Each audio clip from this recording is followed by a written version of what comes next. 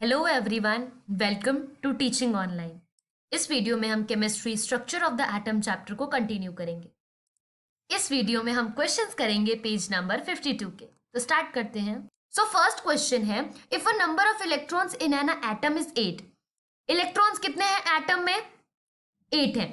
और जो प्रोटॉन्स हैं वो भी कितने हैं? 8 है। तो आपको फर्स्ट में बताना है कि इसका एटॉमिक नंबर क्या होगा। हम बोलते हैं atomic number is equals to number of proton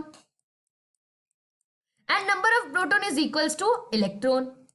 अब हमें इलेक्ट्रॉन 8 दे रखे हैं, मतलब ये सब आपस में एक दूसरे के इक्वल है।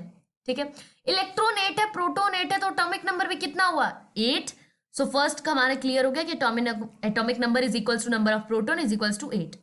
What is the charge of the atom? Atom के ऊपर क्या चार्ज होगा? अब यहाँ पे देखो, इलेक्ट्रॉन्स कितने? 8 ही हैं। प्रोटॉन भी कितने हैं? 8 है। मतलब आपस में क्या होगा? कट जाएगा, पॉजिटिव नेगेटिव। तो एटम क्या होगा? इलेक्ट्रिकली न्यूट्रल होगा, उसके ऊपर कोई चार्ज नहीं होगा। Second question, with the help of given table 4.1 find out the mass of number of oxygen and sulphur atom. अब आपको क्या करना है, जो टेबल 4.1 दी है इस चैप्टर के अंदर, मैं भी आपको दिखाती हूँ टेबल 4.1 क्या है।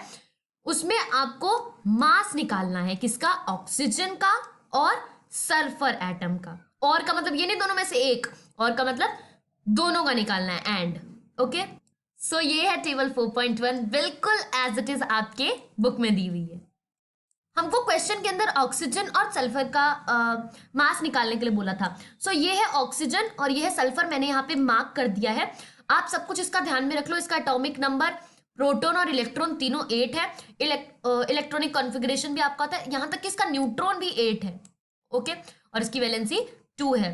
और सेम विद सल्फर, सल्फर का सब कुछ 16 16 16 है और इलेक्ट्रॉनिक कॉन्फ़िगरेशन आपको आता है और इसकी वैलेंसी है 2। चलो अब हम अपने क्वेश्चन में वापस चलते हैं। सो ये टेबल है। सो ऑक्सीजन में जो नंबर ऑफ प्रोटॉन्स है वो है 8, नंबर ऑफ न्यूट्रॉन है वो है 8 और एटॉमिक नंबर भी 8।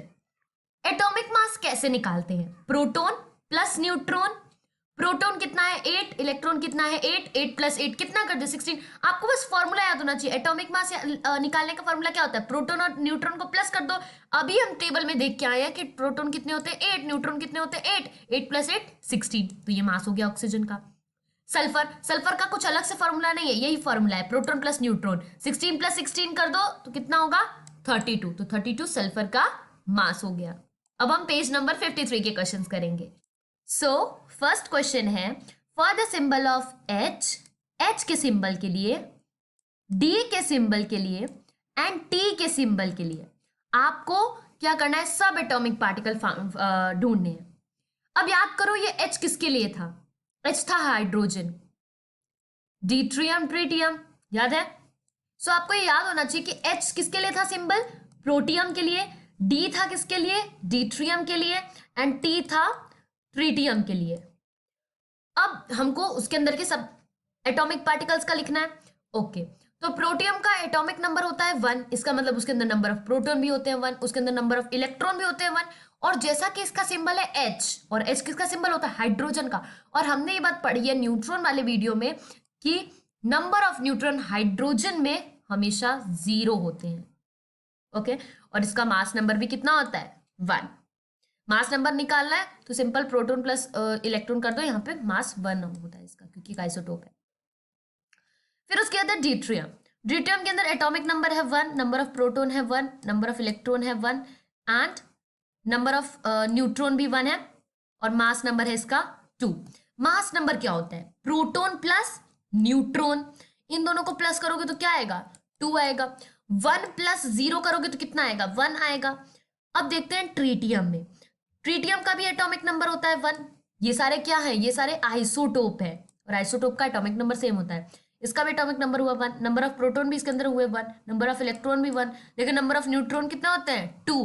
तो इसका मास नंबर कितना हुआ? इन दोनों को प्लस करो, मास नंबर हुआ इसका 3। तो इसके अंदर हमने सब atomic particle proton, electron, neutron हमने फाइंड आउट कर लिया और साथ में मास नंबर और एटॉमिक नंबर हमने एक्स्ट्रा लिख दिया। सेकेंड क्वेश्चन है, right the electronic configuration of any one pair of isotope and isobar. आपको कोई भी एक पेयर लेना है आइसोटोप का और कोई भी एक पेयर लेना है आइसोबार का और आपको उसका इलेक्ट्रॉनिक कॉन्फ़िगरेशन करना है। Electronic configuration of isotope remain the same रहेंगे। यहां पे हमने आइसोटोप के लिए क्या लिया है, आइसोटोप के लिए हमने C12 और हमने C14 लिया है, मतलब कार्बन। अब यहां पे हम इलेक्ट्रॉनिक कॉन्फ़िगरेशन करते किसका है, इलेक्ट्रॉन्स का करते हैं। इलेक्ट्रॉन किसके इक्वल होते हैं, प्रोटॉन के। प्रोटॉन किसके इक्वल होते हैं, एटॉमिक नंबर के। अब हमने आइसोटोप में पढ़ा है कि आइसोटोप के तो एटॉमिक नंबर सेम होते हैं, इसका मतलब उसका इलेक्ट्रॉनिक कॉन्फ़िगरेशन भी क्या रहेगा, सेम रहेगा। ओके, ये इसके एटॉमिक नंबर है 6 एंड 6।